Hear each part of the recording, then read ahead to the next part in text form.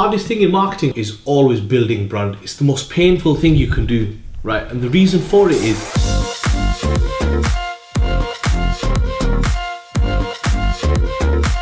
right, okay, so we're just off to go and do a shoot with some of our clients and just get some story content together for them. We just want to build up some more like portrait story content for our clients, and as their food clients, we're kind of trying to get some like kind of food porn, nice looking videos of food to kind of engage customers and get them to come in and eat some food. Yeah, cool. Yeah. So I'm going to take you with us and we'll see how it goes.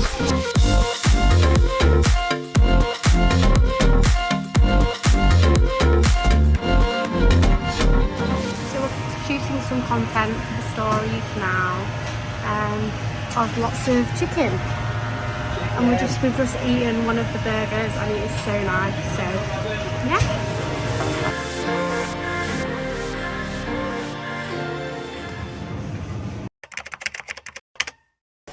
Right, so as you can see, we're not in the normal pink room. That's because we're getting a new wall sort of painted today in the pink room. So I'll go in and show you now. It's basically just getting a little sort of inspirational quote on the wall, aren't we? yeah, it's a quote. Just to kind of drive.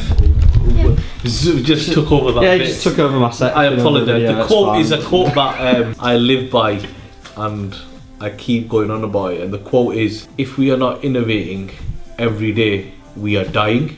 And what that means is, as a social media agency, we have to be, at the forefront of change.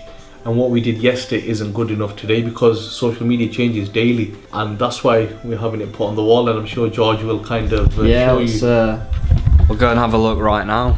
We're doing like a weekly vlog, like just showing sort of like stuff that we're doing like throughout the week and that. So did you come up with the design for this wall, or was this sort of like a joint effort with Bilal, or? Yeah, it was sort of a joint effort. I sent him some ideas originally, and we went for like a paradise theme in the end. Just going back and forth in colours, really. Yeah. And he wanted it to be like the pink room at the end. Yeah. And now it's that. It's gonna look sweet though. I think sort of ties it all together, like rather than it just being the one wall, Yeah, all we're doing now is just watching paint dry. It's really fun. Literally. Alright, sweet. Cheers, guys. Right. The hardest thing in marketing, Hannah, is always, and George, is always building brand. It's the most painful thing you can do. Right, and the reason for it is that when you're building brand, you're spending a lot on like advertising the brand, building awareness. That could be, having taxis, underground trains with your branding on. You don't see a return on it straight away, so you can't measure it. But when it clicks and the brand becomes recognizable and you start seeing the long-term impact of it, that's when you know. And a lot of people fail to build a brand because they can't go through the pain of it. And the ones that do go through the pain of it, the likes of Boohoo, PLT, Apple, so many, Gymshark, so many out there, they understand that, and that's why they win. There is no shortcut to it. It's not about putting your brand on a cab or on a London Underground. It's more than that. It needs to be constantly being doing it. Nike, McDonald's, any of these brands don't need to run ads, but they constantly do it, adapting, because it's brands that always win. People buy brands.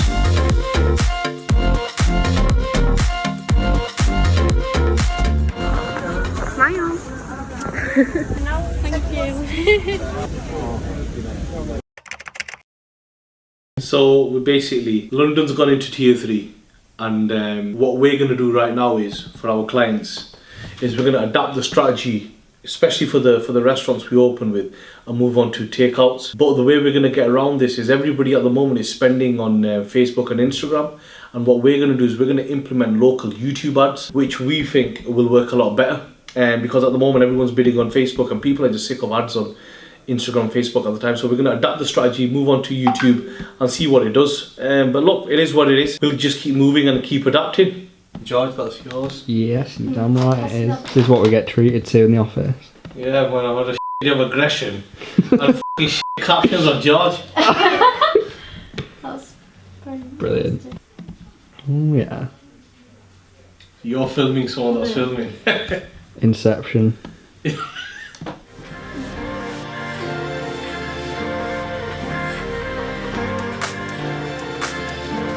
What do you think, Hannah? What's going to happen? tier 2 for Manchester. Why? Because I feel like our cases are lower, and the amount of people that have been giving Boris grief about it. But we'll see.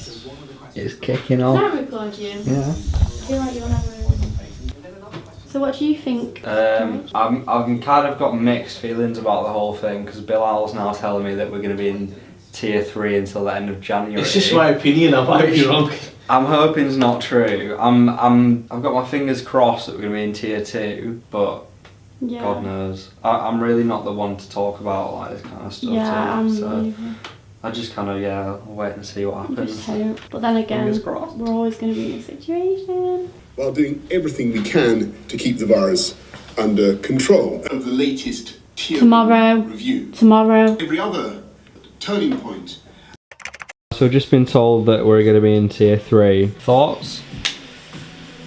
I was expecting it, really. Yeah. Hannah, did you expect it? Tier 2 for Manchester. Well, according to Hannah's Instagram yesterday, no, she didn't expect it. No, I didn't expect it, but then I kind of thought about it last night, and I was thinking, because it's coming up to Christmas, I feel like they're just going to just keep it how it is, because Manchester people are just going to go a bit crazy then. Can I just add into this, right? Yeah, of course. I think being in tier 3 is fine, but then don't set expectations by saying in 2 weeks we're going to review it, and if you meet this criteria, we'll put you in tier 2, and when you meet the criteria, they don't. Getting people's hopes up, innit? It's like there's no need, Not really. considering mental health at all. Yeah, so the first vlog's been live 24 hours, 24 and we hours. set a target of hitting 50 organic views. You know, to somebody watching, 50 might not be a lot. For us, starting off small, as a startup, that's a big number for us. And we might watch this back in a couple of years and might be hitting millions of views, or we might be thinking, fuck, 50 was our peak. We don't know.